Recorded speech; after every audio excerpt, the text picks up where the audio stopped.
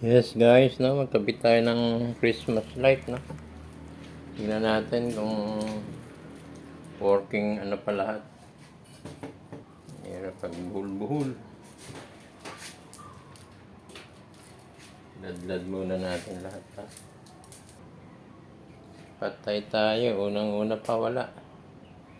Dalawa patay. Isa. So guys, yung dulo medyo kita ko na kaagad, patid yung wire. Ito. Yan, ano lang kung saan ikakabit dito sa tatlo na sa dito. Andito nakakabit yan sa ilaw na yan. Kaya lang maiksi na yan. Magduduktong na lang tayo, no, para hindi magbatakan. Unahin muna natin tong punde, no. Dito muna tayo sa unang-una pa naman, no. So, paano ang pag-test na ito? Medyo mahirap pag binunot natin isa-isa, no. Testingin muna natin ang lahatan siya. Kung may baligtad kasi may ano to guys, may polarity to eh. Yes guys, ito yung nasa ano, lumipat lang ako ng pwesto. Ay, nabot ako ng araw sa kabila eh. So, ito yung tinotroubleshoot natin, yung dalawang patay. Oh. Ito yung sa unang-una.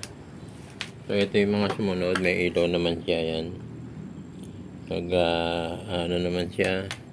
So, ang gagawin ko guys, isang assembly na, isang hilera na. Madami naman akong reserve na ano, ito, yan. So guys, ang pan-testing ko lang dito, yung ano, yung pang-testing ng backlight. Natin kung ilaw to, Oh, ayan guys, may ilaw, oh. Yes guys, tapusin na natin to, na. Nagpagabi na ako para makita ko yung mga malalabong ilaw. So guys, ito lang yung pinalitan ko, no. Yung dalawang shampoo na ito. Ito, isang block na ito, yan. Para hindi magtagal. Misa kasi nakakaanto. Kaya ngayon, i-splice na lang natin connector. Mayroon tayong pang ano dito na connector. So, para maganda, wala nang mga tape. Ayusin natin, ha. Ano ito, UY connector. Yan. Use natin, ha.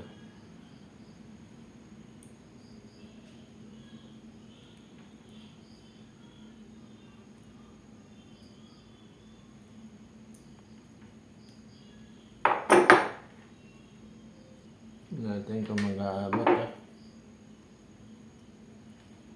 Yun. Pasok. Okay, good.